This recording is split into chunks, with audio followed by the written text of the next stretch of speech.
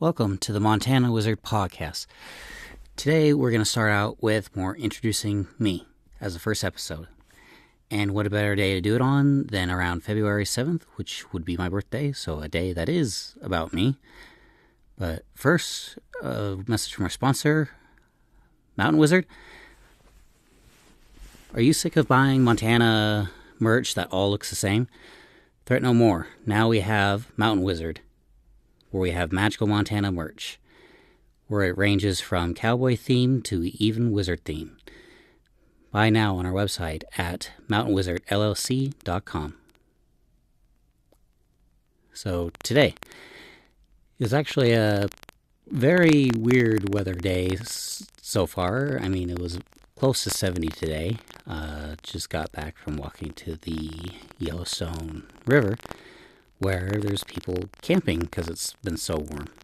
And it honestly feels closer to maybe May or June weather right now. I think the last time I've ever been able to even see the stars outside would be just going to the bathroom in a cabin in the woods and just seeing it, not staying out too long because being below zero normally. But yeah. So I guess to introduce myself, I am Cruz Christensen. I am a 7th generation Montanan from the malt and barley capital of the world, Fairfield, Montana. And for both those words are something a lot of people don't hear about.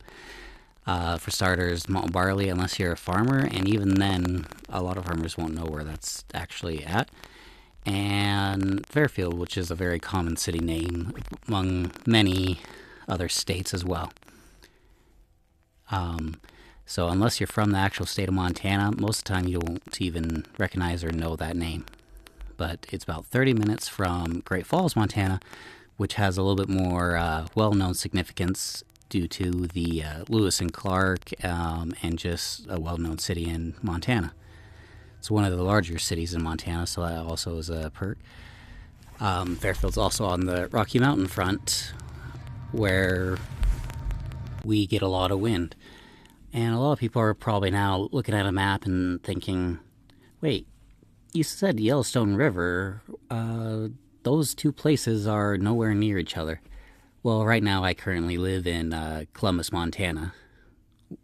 So a lot of change in scenery, and yeah, I've traveled a lot across the state, lived in many places across the state, and also I've had family and other connections across the entire state. So I've had my fair share of travel and just doing a lot of random and wholeheartedly stuff. But anyway, starting off, Fairfield is a very small town that I always seem to enjoy and stuff, and it was one of those places where you could get away from a lot of people and stuff. And by that I mean it's not the big city. Everyone knows everyone, and there's not really too many secrets you can keep in a small community. So growing up, even throughout the state, I'd always go to random cities and stuff. One particular instance would be traveling to like Lewistown and having some guy say, "Hey, is your name Cruz by any chance?" I was like, "Yes. I don't think I know you." And most of the time, and the guy came up to me and said, "Of course you don't. I know your parents because we played basketball against them." It's like, yeah, a lot of small towns, even if you're not connected or right next to each other, you can be hundreds and hundreds of miles away from each other. People still know each other. It's one of the weird things of growing up in Montana. And granted, when I say I'm a 7th generation Montana, my family's been here a long time, so a lot of people know my family, even if it's not just me, but other people. Well, now I'm starting to get fairly well known across the state with many other people. Just not a lot of the out-of-staters that have moved here and grew up with this experience. Even as I am at the age I am now, I'm still meeting plenty of more people and stuff and meeting new connections and across the state. I guess for this podcast, my original plan was just get my opinion out there because I've seen a lot of other creators and stuff where they try to talk about the state, and a lot of times it's like, who are you? And a lot of those facts aren't even correct. It's just like you read them out of a newspaper from the New York Times or something that has nothing to do with Montana. They just traveled here and wrote it up. But yeah, that was another thing living in Montana is whenever we got put on national news, they'd say this area and shows videos of the damages or the weather or whatever they're reporting on, and it has nothing to do with the actual report. It's just pretty photos of a random city in Montana where they have no idea where it's at. I mean, I've seen Fairfield, Montana get on the news and stuff, and they would record the next town over or the next few towns over, or even some cases, another whole nother city. Growing up, I attended a small farm school. Trying to think of how to even put it, because it wasn't necessarily small. It was a K through 8th school, and yes, it did, I think at the time, have like 30 kids, which most people think, yes, that is very small. But compared to the other small farming school that I'm comparing it to, they had probably about 5 at the time. And I think it was Golden Ridge. And a lot of times it was the rumors of most of the students were the teachers' kids over there. Whereas in Greenfield, it's a pretty, or a much larger small farm school. I mean, it doesn't go up to high school and stuff, which there was only about one. Well, depends on what you're counting as areas and stuff. The Fairfield area, yes, there was the Fairfield High School, which I ended up going to when I was of age. There was the Sims High School, which was the next kind of area over, which was still close by, but not in the right school district and still plenty ways away. Even there was a guest on Shoto too, I guess. But anyway, I attended Greenfield and stuff, and it was a school where it was just me and another kid at the time. So, a very small school, and a lot of the classes were combined, so it makes it even smaller. So, like, first and second were together, third and fourth, fifth and sixth, and seventh and eighth. All very, very strange now, the older I get and thinking about it. I can't quite remember because I feel like it's changed quite a bit where it actually caught up to the main school in the area and stuff. So, anyway, I grew up in many places and stuff. I grew up in town, and then I moved up to the countryside on my great-grandfather's kind of farm area, and grew up around horses, raising horses, because my grandpa owned owned a business where we raised horses. So we got to raise horses when we were kids, up until when my grandpa decided to just sell it off. I'm almost thinking it was just randomly. He didn't really tell anyone, even all of us that were working for him and most of the work for him. So it was one of those weird cases where, yeah, we just don't know. But we still have a lot of the other horses and try to do as much horseback riding as possible. Kind of gets a little bit pushed to the side when you're in high school and stuff, doing all the sports, clubs and stuff. Even the other night I was talking with my wife about all the stuff I did, and she's like, holy crap, how the heck did you even manage all that? Because I was a quad athlete at one point, triathlete most of the time, and when you're in Fairfield, it was everyone did a sport no matter what, and everyone did multiple sports. There was very few people that I knew, especially in our school, that didn't do a single sport. I could probably name off like one or two, but that was probably about it. And yet again, they did plenty of other extracurricular activities. So, yeah, a very busy life. I mean, I was president of quite a few other clubs and stuff. I was a Boy Scout. I was on basketball, football, golf, and I did golf and track at one point. So yes, I was a quad athlete at one point, which is something you don't really hear of normally. But if you can juggle it, it is possible to do. For free time, we always went up to Benchmark during the summer, where it was a very, very beautiful place where you'd almost never see a single person in the mountains there. I mean, there's plenty of cabins, plenty of signs of people, but you go up there and you basically have the whole world to yourself. Well, and whoever you take with you. We always went up as a family, and I know certain people would go up by themselves, which we never would even think about doing that just because of how dangerous it was with all the bears and wildlife. And now as I'm older, I realize that there's apparently a giant cave system, one of the largest in the country over there, which is a little unsettling if you fall into it, but I don't know how accessible it is because I've never really seen it in person.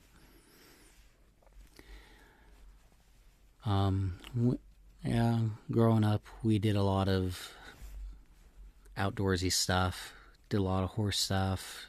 Even now, hearing the basketball games over the radio is something that's almost a little bit just old memories and stuff where you used to listen to basketball games, and people still do over the radio, especially as the streaming services seem to get less and less quality. But yeah, I remember traveling to championships as a kid, just watch basketball and stuff, and my parents were basketball fanatics, and I was more the football fanatic. Just the timing of the great coaches that kind of go through at the time. I mean, both my parents were state championships winners in basketball, and I was in the state championship multiple times in football, which it all adds up and it changes. I'm grateful that we had a really good football coach at the time that knew how to work it up. Sports in Montana is a very weird thing where being athletic can get you a far ways. I'll just put it that way. And I'm not saying gifted athletic. I mean putting the hard work in exercising, and not even just plain exercising. If you're a farm kid or you even just play multiple sports, it'll get you a long ways. That was kind of how we were in basketball. Is we made a lot of bigger schools angry where they got to pick from the cream of the crop, where we got what we got. There was no turning back, and if we lose someone, we lose someone. And usually it doesn't recover well, so having just one extra body no matter what is always a beneficial thing that we always had. I remember growing up doing basketball camps galore just because that's just what everyone did. You had them in the summer, you did football camps, you did all the above. There was a few kids that did swim team and stuff, but not that many, and a lot of people tried getting me to do swim team just because they knew I loved to swim and stuff, but it just never fit with the schedule. I mean, I loved to go camping. I did Boy Scouts plenty and stuff, and even just traveling and seeing family growing up we had a lot of, not a lot of free time on our hands. I guess one motto of our family would be like, jack of all trades, master of none, but always better than master of one, is always a good quote that I love being in my family. I mean, my family, besides running horses, owned a dealership and stuff, so I learned how to fix cars pretty hand-on, even from both my grandparents, who were both very gifted with their knowledge of growing up.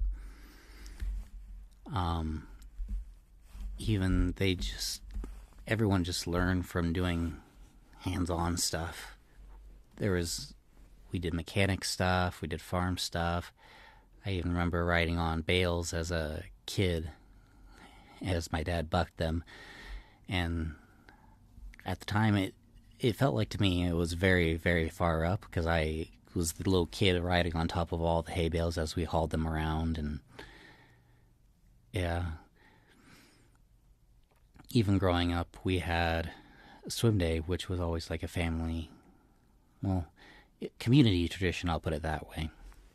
I mean, my family has been in the area for a very long time, and even part of one of the four founding families of the area and stuff, because it would be let me see if I can remember, the Durkises, the Johnsons, I think the Becks, and I can't remember the last one. I think it might be McWilliams or one of them.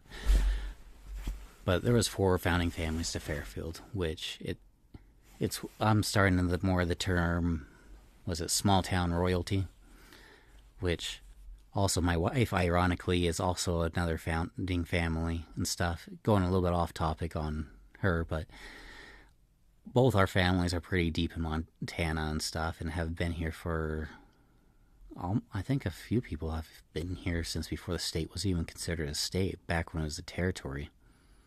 So we have a lot of connections with the land and have been here for a very, very long time. I think my great-grandfather, great-grandfather, I can't remember. There's a lot of greats and stuff. It's what it gets to when it gets to that time. He was one of the first superintendents of Fairfield High School, which it always seems weird because a lot of my family has never been too involved with the high school, but as a community base, yes, we have been involved. But yeah,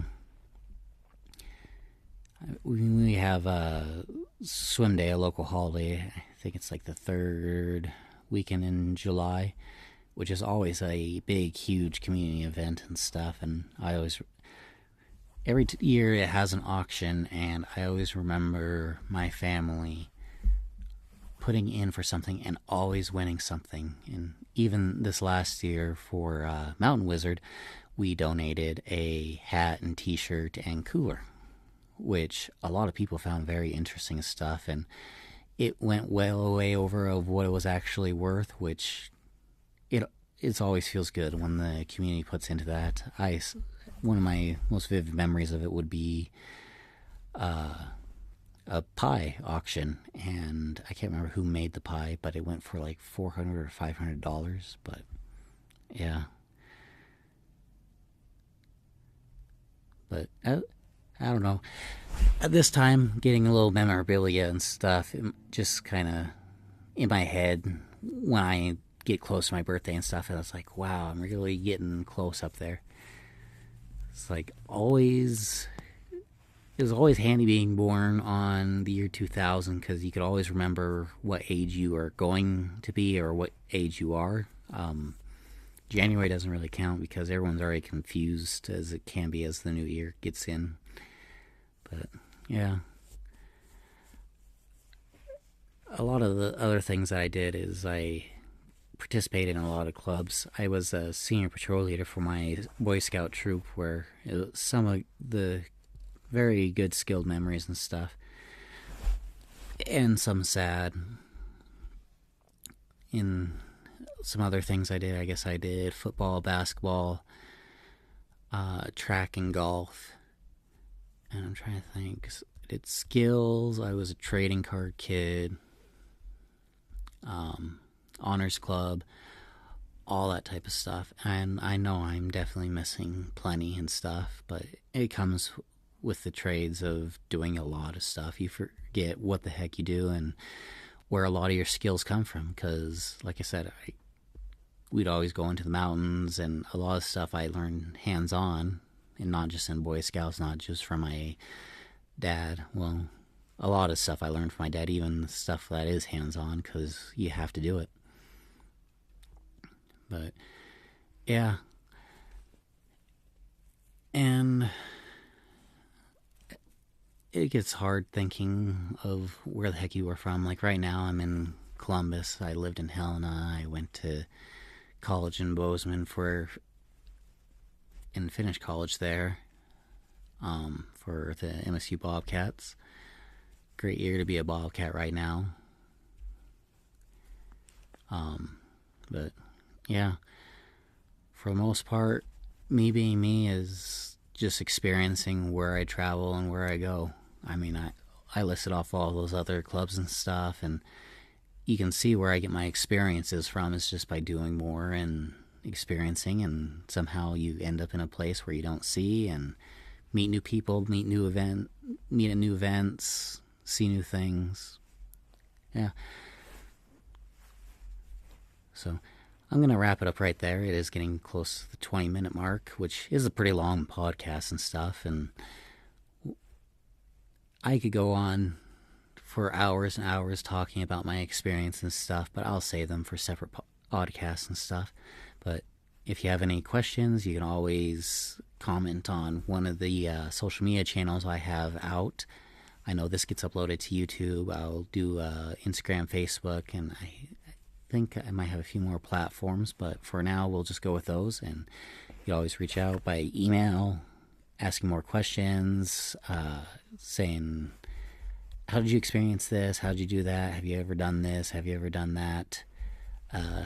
I've talked to plenty of people who have lived here all their lives that are have well lived here, which is an interesting thing where they're like, how the heck did you do that? I've lived here for 50 plus years or 60 plus years and I've never even heard of that. But I'll close off with one last message. Don't forget to go stop by Mountain Wizard and buy your Magical Montana merch. You can get a Montana hat, get a Bucking Montana shirt, get a friendly little wizard shirt that I release every Wednesday and stuff. And if you have any special requests, don't be afraid to email Mountain Wizard for a custom order.